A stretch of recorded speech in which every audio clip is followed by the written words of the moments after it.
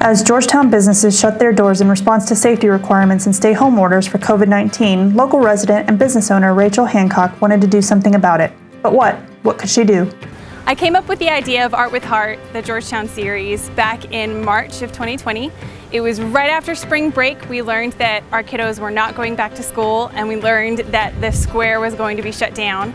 I have a lot of friends who own businesses and who manage businesses on the square, and I knew that I had to do something with all the extra time that I all of a sudden had. I had to do something to help them out.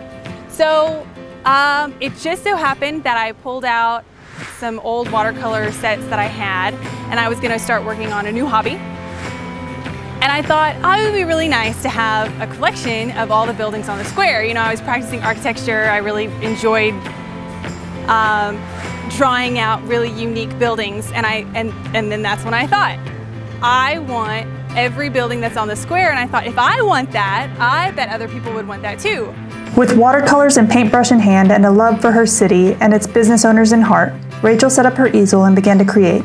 She painted 60 downtown Georgetown buildings and in just 1 month raised more than $11,000, all of which she donated to local businesses. So the response was really amazing. Those first 4 prints that I started selling, they sold like hotcakes. And so I decided to do more of the buildings around the square, and then people started requesting buildings to do. So I stayed within this area of the square, a little off the square with some of the buildings like Sweet Lemon and that knitting shop down the road. But it really was most of the buildings located near or on the square. And the response was great. I sold over 1,000 prints. So by the end of it, I was able to give a little bit more than just the profit back to the businesses. So it came out to be about $11,000 that went back to business owners. So the Georgetown Art with Heart series ended in May. What's next is I painted 2 buildings that are found on the Southwestern University campus. That profit will be going back to the Southwestern Emergency Fund. It's a fund that students can apply for in times of need.